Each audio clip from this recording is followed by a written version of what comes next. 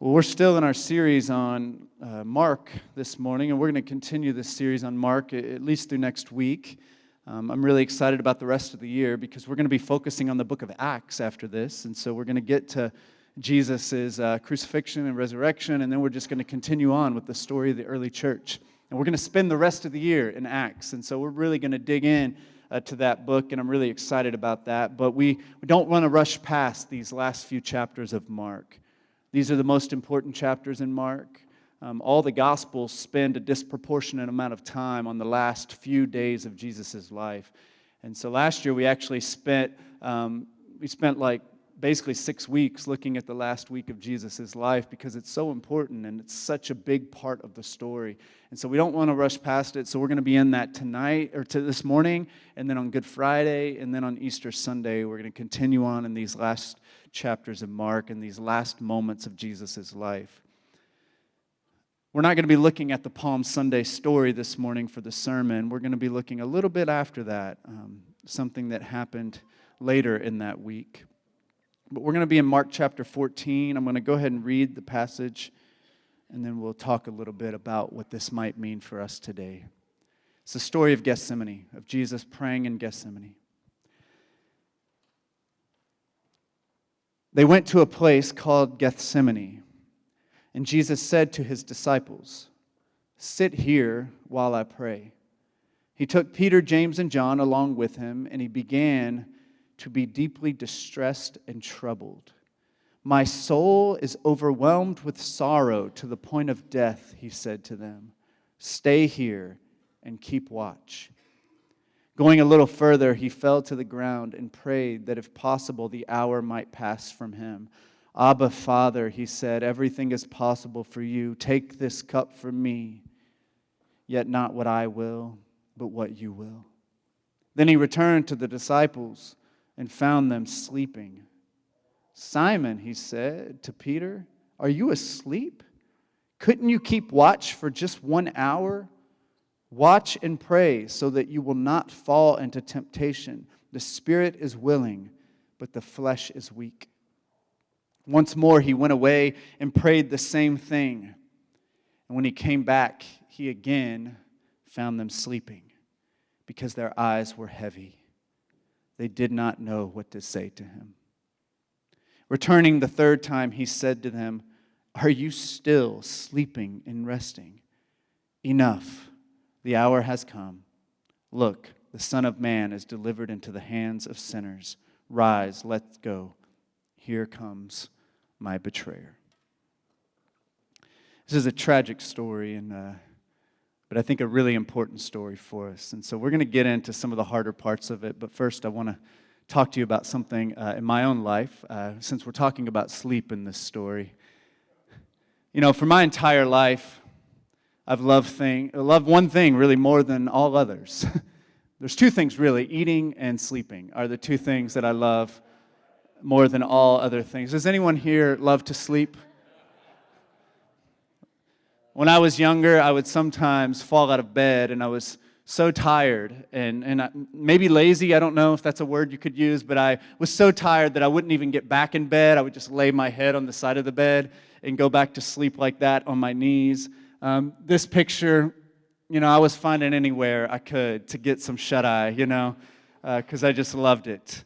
One time when I was in elementary school, I grew up in a town called Paint Lick, Kentucky, and I've shared this story before. It was such a crazy story, but basically, people pulled up in front of my house in the middle of the night, and we had a new church sign at our church there in Paint Lick. My dad was the pastor there. And they decided they didn't like the new sign for some reason, and they shot the sign 14 times with a rifle, blew holes right through the new church sign, and all these shots were fired right outside of my house. And I didn't even wake up through all of it. I was just sound asleep. I've always, even today as an adult, I like to sleep, and I really need about 9 to 10 hours every night, though I don't always get that. I used to sleep really well, but I found that in parenting, sleep just kind of goes out the window. My son now is 2 years old, And, I have to say that I've already forgotten what a good night's sleep and well-rested, those concepts feel like. I'm now perpetually tired all the time. It's slightly better than the newborn phase, because I was having to get up all throughout the night. Christina's experiencing a lot of that right now, and some of you others are as well, I imagine. That was rough, but now I'm finding that I'm still not sleeping great at night, but the daytime is just exhausting, right? Because you've got this 2-year-old constantly needing things from you. And so I'm just perpetually tired all the time. There was a time when Laura and I had to take shifts in the middle of the night with the baby because, someone needed to be up with him because he wasn't sleeping, and so we'd rotate 4 hours up, 4 hours of sleep, and it was really brutal. And I remember there were some moments, particularly with our first son, Chosen, when we would need to hold him in our arms because he wouldn't sleep laying on his back because he had some really bad reflux. And so we would have to take shifts holding him. And they say you don't sleep when you're holding a baby because that's dangerous, right? And so we would try, with all of our strength to stay up in the middle of the night holding this child so that he can sleep. And kind of be at rest and at peace, and we're fighting it. And I remember some nights I'm just like, I am trying so hard to stay awake, and I don't know if I can do this any longer because I was so exhausted. Staying awake, particularly with a newborn, is something you have to do sometimes, but it can be really, really hard sometimes. And our story for today in Mark, the disciples, to get to a more serious tone here, the disciples were asked to stay awake, and they needed to stay awake, yet it was really, really, really hard, and they were fighting it with everything in them to stay awake, but they just couldn't do it. The story for today takes place in a place called the Garden of Gethsemane, and it's at the foot of the Mount of Olives in Jerusalem.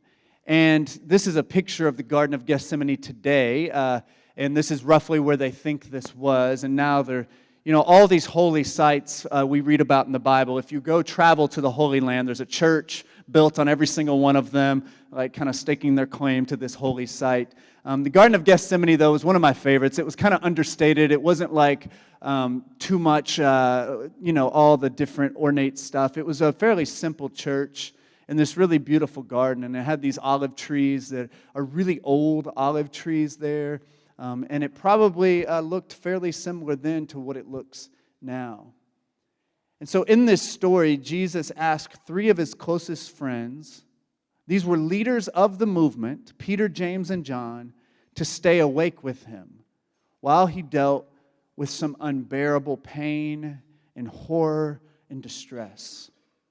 Jesus knew what was coming to him. He knew the consequences of acting the way he was. In that time and place. He knew when he went into Jerusalem with the message he was bringing. He knew when he went into the temple and turned over the tables. He knew that when he was out in the public challenging the religious and political leaders, he knew that he was getting himself into some big trouble. He knew that his way of living in this world could not last forever. And so Jesus knew what was coming to him. He knew the authorities were looking for him. He was a marked man. They were likely kind of hiding out throughout that week so he wouldn't get arrested. But he knew his time was coming. And he also knew that his friend Judas had betrayed him, which really was the final straw, right? There was nothing he could really do at that point because he had been sold out by one of his people in the movement. He was tormented, and he needed his friends to stay awake with him in that moment. However, his friends were probably incredibly exhausted, I would imagine. They probably weren't sleeping very well that week. They've been very busy doing lots of things with Jesus. They've been going to Bethany during the evenings at times to get away from the trouble in Jerusalem to try to stay safe. They were probably terrified about what was coming. There was likely a heaviness just resting on their shoulders. Yet their friend Jesus really, really needed them. Yet they were exhausted and beat down and discouraged and overwhelmed. So they were in the garden that night, feeling the weight of the world upon them, and they fought to stay awake, I imagine. I imagine they didn't just fall asleep easily, but their eyes were heavy and their spirits were heavy, their bodies were heavy, and they ended up falling asleep while Jesus needed them the most. I wonder if something deeper might be going on here than just drowsy disciples. Remember the story of Mark we talked about early on. We called it a manifesto for Christian discipleship. It's a public declaration from Mark about what it means to be a disciple of Jesus. How are we supposed to follow Jesus? So when we read these stories, there is a deeper question we need to ask. We need to ask here, what is this telling us about being a follower of Jesus? Because all the stories Mark tells, I believe, have a purpose. They have a meaning. He specifically chose these stories to tell in the way he did. So what is the invitation to deeper discipleship in this story? Well, I want to go ahead and tell you what I think it is, and then we'll talk about it just for a few minutes. What is the invitation in the story? Well, the invitation to me seems to be to stay awake, even when there are powerful forces trying to lull us to sleep. Mark's Jesus talks a lot about seeing and hearing over and over again. Christina brought this up when she preached a few weeks ago. And Jesus isn't necessarily talking about literally seeing and hearing every time he brings up these senses, but he's using these two senses that help us make sense of the world to talk about something much deeper. When he challenges the people to see and to hear, I believe he's inviting the reader to be alert, to pay attention, and to see what's going on, to not miss the important things in life. And how often do we miss the important things, right? We miss the point all the time. We fail to see what we really need to see and to hear what we really need to hear time and time again. And just like today, way back then, it was really hard for the disciples to keep their eyes and ears open and stay focused on what truly matters. In Mark, we see many examples of them struggling to see and to hear. Some of them did not want to see the rejected and the excluded in their society be welcomed in and included.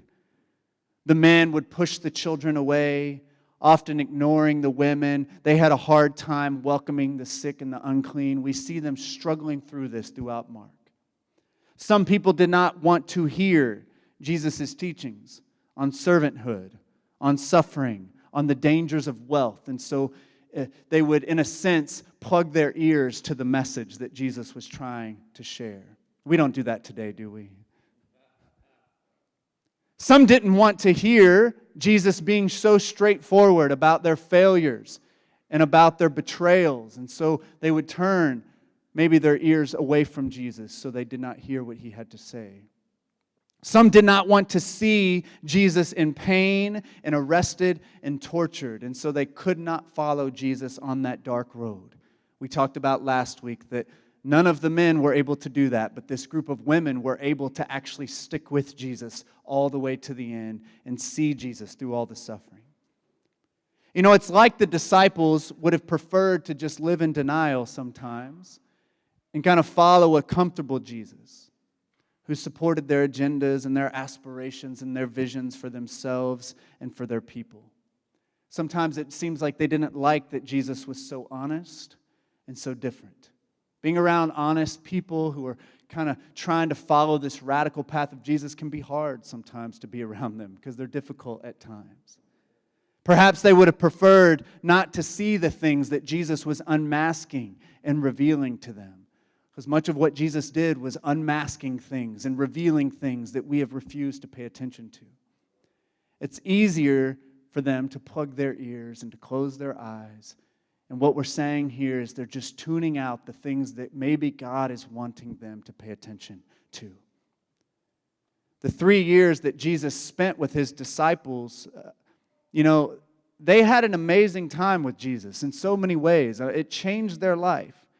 But it was also, I imagine, very overwhelming and very scary and very confusing. When they signed up to follow Jesus, I'm not sure they thought they were going to the cross with Jesus. They probably didn't think that was where this was headed. Everything had become so dangerous and dark and uncertain. I imagine in the garden that night, they were feeling the weight of the moment and it was just too heavy for them to bear. And so what did they do? They went to sleep. It was easier that way, right? For a moment, you could just ignore the inevitable. You know, one reason Mark's gospel is so powerful, I think, is because, for one thing, it's in a way, it's a timeless piece of sacred writing, right? Because we can read it today and we can get something out of it, right? It's speaking to our moment today because it's talking about the common human condition that we all experience. This is why this book was so challenging to the first Christians, and it's been challenging to all the people trying to follow Jesus ever since. We have a church full of people who are really seeking to follow Jesus, which is a beautiful and awesome thing. And I think that Mark's book can be very important for us, and we need to revisit it often. We studied the book of Mark back in, I think, 2021, and we're doing it again this year because I do believe the book of Mark has special importance for those of us who truly want to follow the path of Jesus. My hope is that we don't fall into a deep sleep like the disciples, seeking to numb ourselves to the reality in front of us, all the complexities and challenges of what we're experiencing here in this world. I don't know about you all, but many times over the last few years, I've been tempted just to check out and disengage from anything hard. Have you all ever had this experience? You can be like, it's just too much. I can't pay attention to all this anymore. It's just too much. I can't handle it. I've been tempted to check out, to shut out all the uncomfortable and difficult and challenging things that have been in front of me. At times, I've wondered what it would be like just to get away from everything, and to tune it all out, to go live somewhere where I don't have to hear about anything anymore and I can just be happy, right? That's kind of a myth that you can find that probably. But sometimes I've wanted that. Sometimes I've wondered, what would it be like to just be a bagger at a grocery store? I just got to worry about putting the things in the bag. I don't have to worry about all the complexities of all the people and all the things here in our community. I remember during the pandemic, there were many days I woke up and I didn't want to get out of bed. Like, I just wanted to stay in bed because I'm tired, I'm exhausted, I have little motivation to keep moving, and I just wanted to ignore everything and everyone and just sleep for a long time. Have y'all had that experience before? Sometimes I've even wanted and been tempted to flee from Jesus in a way, like the disciples, because it can be hard to continue following the path of Jesus. Has anyone else felt this way at times? I'm not grateful for what the disciples did that night. Like, I wish they had stayed awake with Jesus because he needed them. And I don't want Jesus to have to have experienced that loneliness and that rejection. And when he asked that from his disciples, they would not give it to him. That's heartbreaking. Though I will say I am grateful that Mark told this story in his gospel. It is so interesting that Mark was so honest about the failures and the betrayals and the profound letdowns of these disciples. Mark was writing this book during the period of the early church, and these were the leaders and the founders of the movement. And Mark is still willing to put their failures down into writing. We should probably take their advice, right, in the way we talk about some of our leaders and heroes. Mark doesn't glamorize the disciples. He does not. These three men in the garden, they were leaders in the Jesus movement, and Mark tells us that even these guys, the leaders, they fell asleep. Staying awake, this concept of staying awake or holding vigil or keeping watch, these are themes, if you read through the letters of the New Testament that Paul wrote, and Peter and James and John, this is a theme you will see come up a lot. They will say, keep watch, stay alert, stay awake, hold vigil, don't close your eyes. This was a very important concept in the early church. This was one of their fundamental teachings, was to stay alert, to remain awake, and to not fall asleep. And this teaching was taken straight from Jesus. To not be lulled asleep by the powers of this present age, but to stay vigilant, to stay awake, and to stay focused, and keep working on the task at hand. Ched Myers, scholar that I've grown to love, wrote a profound book on the Gospel of Mark called Binding the Strong Man. And in this book, I love what he says. He says, the world has become Gethsemane, He says, the world has become Gethsemane, and we are called as disciples to stay awake. And he calls this insomniac discipleship, staying awake even when powerful forces are trying to make us go to sleep. Myers also talks about how we as disciples need to have double vision, he says.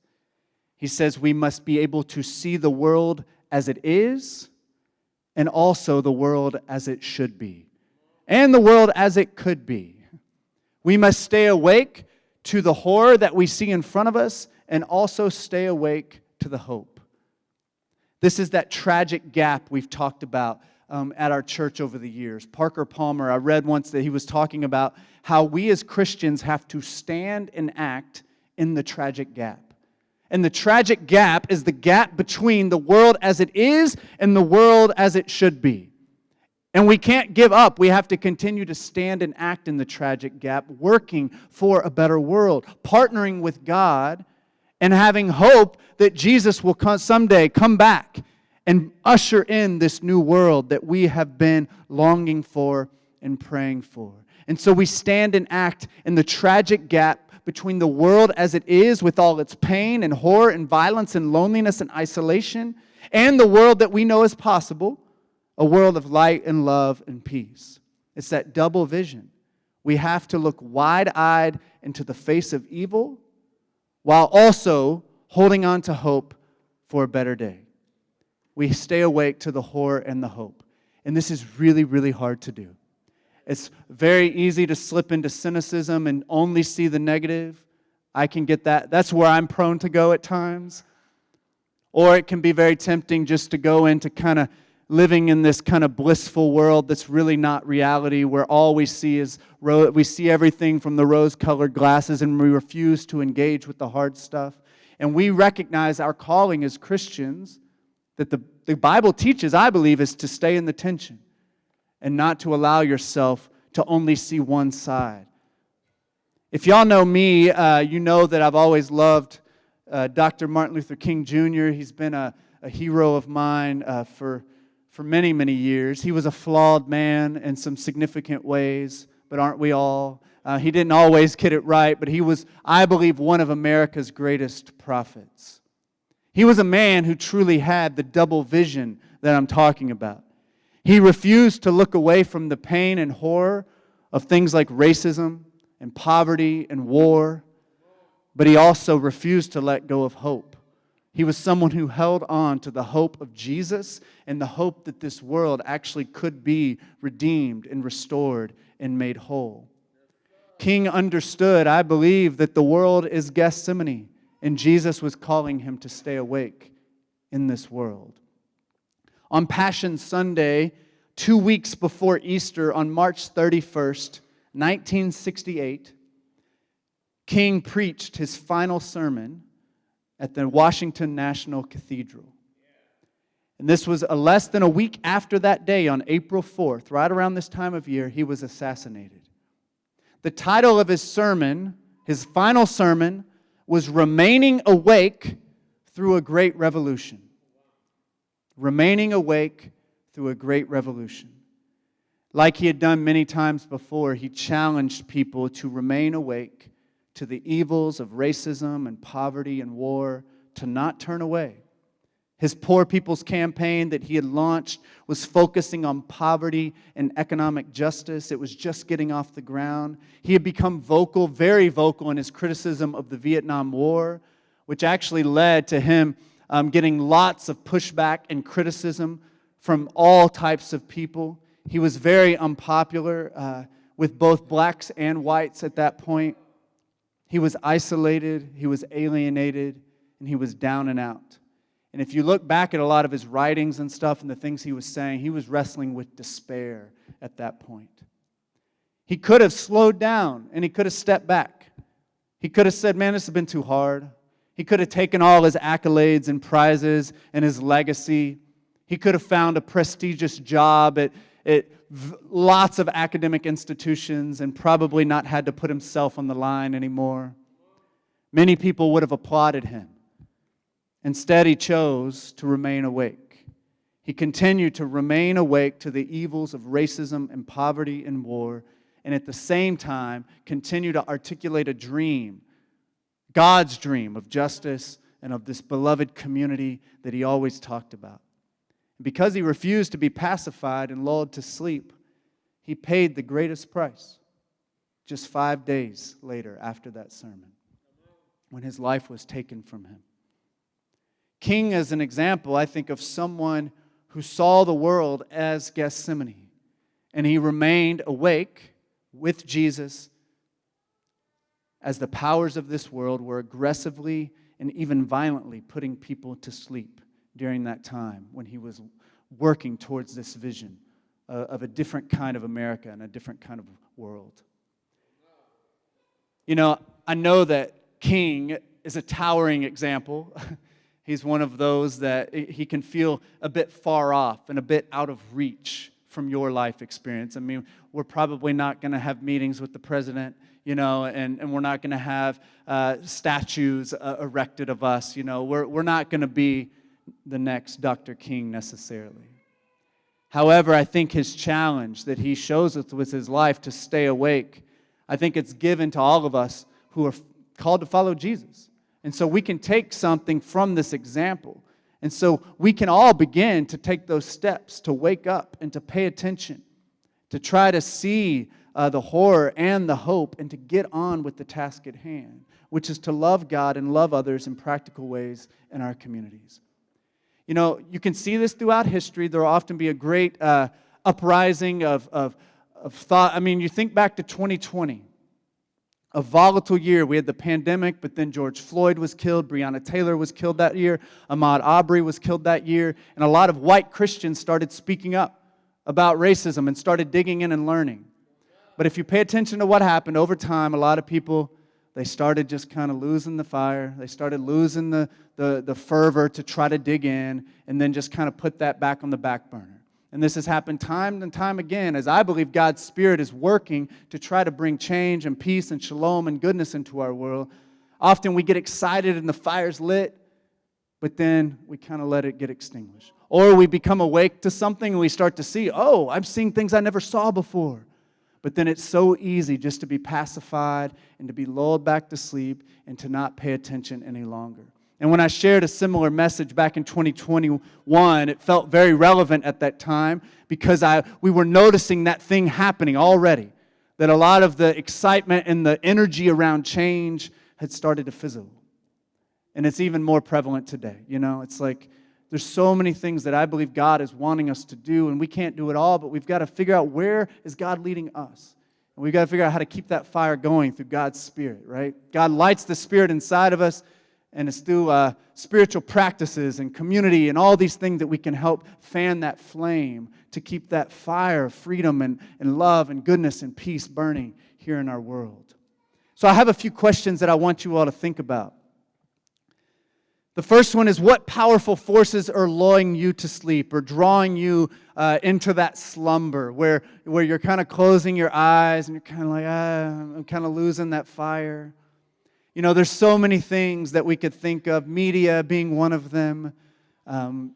It's kind of the point of a lot of this social media. It's just to pacify us and keep us just kind of following along, blindly buying the things they're trying to sell us. Maybe cynicism is lulling you to sleep.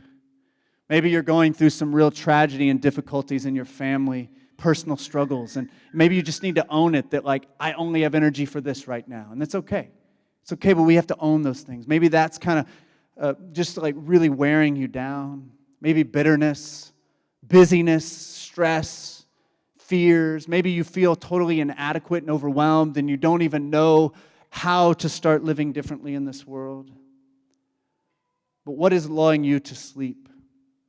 Second question, what helps you stay awake to both the horror and the hope?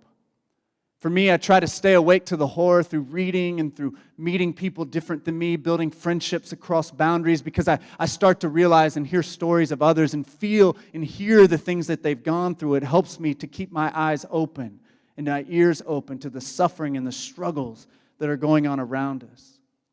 Staying awake for the hope for me is often like being here at church is one way. having groups of people where we can encourage one another and build each other up. Worship music has become something I've rediscovered in the last few years. I was kind of getting a little, I was getting a little tired of some of the worship music, over the years, but I've discovered some really just wonderful creative stuff lately that's speaking to my soul. Maybe volunteer work, activism. Maybe there's so many ways that you can try to stay awake and keep your eyes open. And then the third question is, what is our historical crisis? What is your community or family facing today? What about our world breaks your heart or even makes you angry? And then think about how is there something that you can do? How can you get involved? How can you practice this insomniac discipleship that Ched Myers talks about, remaining awake to the horror and the hope? How will you pay attention and get involved and truly do the work of Jesus? Remember, the Gospel of Mark is not about believing all the right things. The beliefs are important, and there's other books in the Bible that kind of go more in that direction. But Mark is really about what we're doing, how we are living and working in this world. So I believe this story, the invitation to the disciples to stay awake with Jesus in Gethsemane, is the invitation we receive today. And we're going to talk about next week on Easter how even if we fail, we still get a do-over and we get to run it back and try again. And so if you're sleeping this morning, maybe you're literally sleeping and you just woke up and you're heard what I'm saying right now. You have a chance to try again. We all do, to try to wake up again and continue to do the work of Jesus and seek to be folks who are dedicated to the radical love of God and radical love of others. In the name of the Father, Son, and Holy Spirit, amen.